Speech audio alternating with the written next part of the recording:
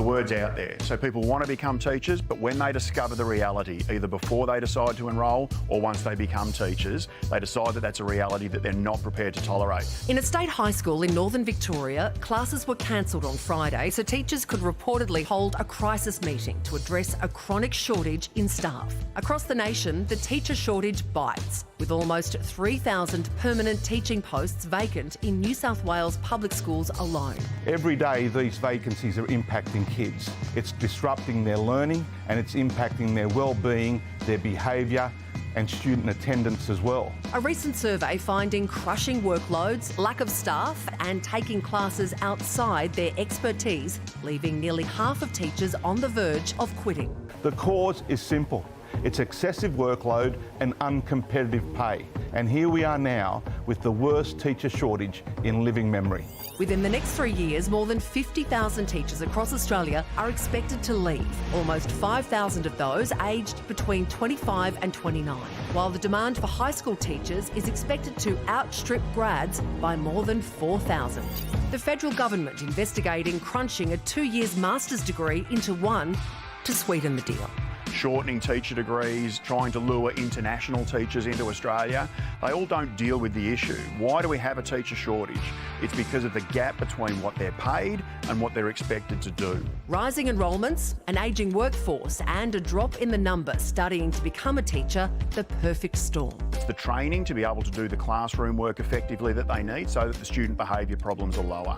It's increasing their pay, it's reducing their workload so that they can focus on teaching, and it's providing them time to plan. They're the keys here, not shortcutting a group of people into a profession that's already fundamentally flawed.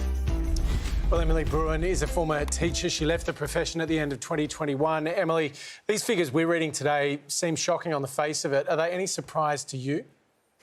Not really, to be honest. I think teaching is one of those careers that is demanding anyway. It sort of demands a lot of you emotionally.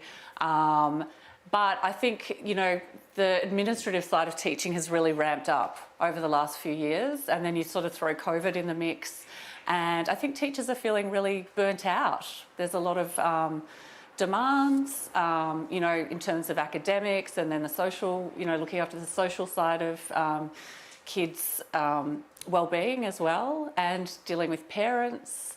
So it doesn't really surprise me. It makes me a bit sad, but it doesn't surprise me. What made you leave the profession, Emily? Look, I'd been teaching for 14 years and I really loved teaching. I love being in the classroom and working with kids and seeing them mature, and those kind of light bulb moments was really fantastic.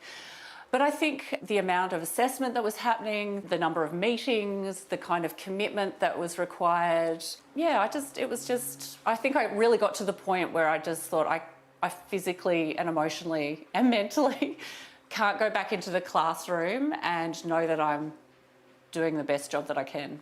It's a very heavy mental load that teachers are forced to carry. So what changes would have made you stay?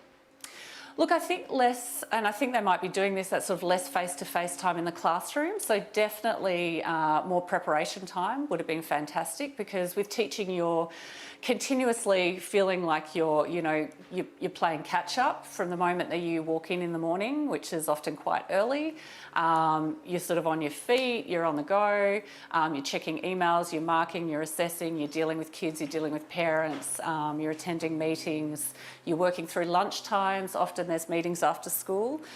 So less face-to-face time, I think really streamlining meetings, looking at some of the administrative processes so that there wasn't so much work involved in just kind of organising students and organising excursions. I think just really looking at the whole system and looking at how it can become more manageable and how teachers could be supported in their day-to-day organisation would be helpful.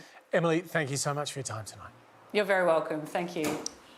I have half a teaching degree and I've seen Dead Poets Society 4.5 times. So I feel like I'm the most qualified to talk about this. Sure. But I think if teachers feel undervalued, which they are because their wages reflect that, it's just not going to help to do things like squeeze the master's degree into a 1 year, scenario. I just think you've got to raise wages, and I think everyone agrees on that. And cut back on this paperwork, this mountain of admin that they're forced to do, which takes them out of the classrooms and puts them in an office. We need our best teachers in the classroom doing what they do best, and that's Also, teach. Coke in the bubblers, that might help, Michael, again, no, Mike. Sorry.